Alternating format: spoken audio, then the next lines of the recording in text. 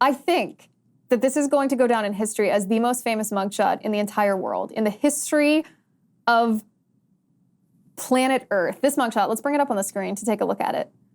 There were so many fake mugshots that were circulating on X, formerly known as Twitter, the night that Trump surrendered to Fulton County Jail.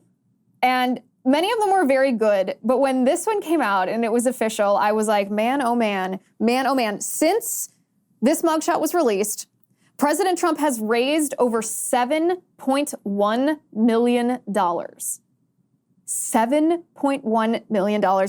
He raised $4 million on Friday alone, which is a record. This according to Politico. Let me read this from Politico. Donald Trump has turned his Georgia mugshot into a record-breaking fundraising haul. The former president has raised $7.1 million, and this was from the 26th, this article, by the way, has raised $7.1 million since he was booked at an Atlanta jail Thursday evening. According to figures provided first to Politico by his campaign, on Friday alone, Trump raised $4.18 million, making it the single highest 24-hour period of his campaign to date. The campaign's fundraising has been powered by merchandise it has been selling through its online store. After Trump was taken into custody, the campaign began selling shirts, posters, bumper stickers, and beverage coolers bearing Trump's scowling mugshot.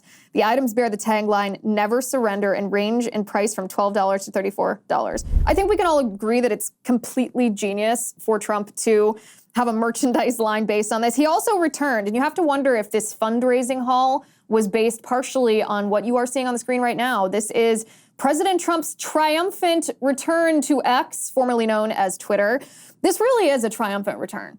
President Trump was banned from Twitter under Jack Dorsey following January 6th, or on January 6th or January 7th.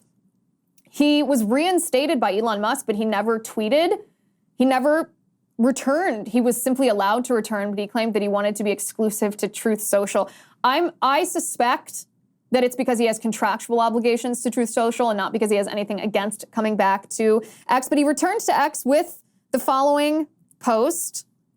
It reads, it's his mugshot, of course. And it reads, mugshot, August 24th, 2023, election interference, never surrender, DonaldJTrump.com. And the caption is DonaldJTrump.com. Now, this post on X has been viewed 249 million times.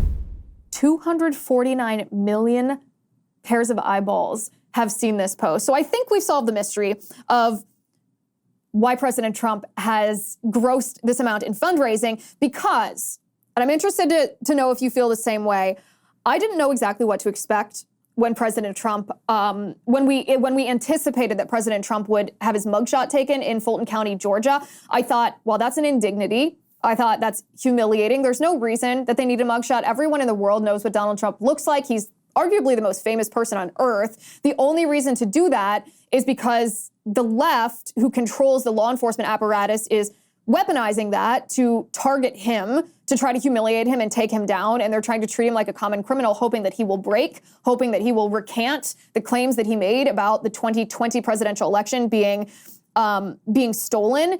And I was glad in Manhattan and during these other indictments when President Trump didn't have a mugshot.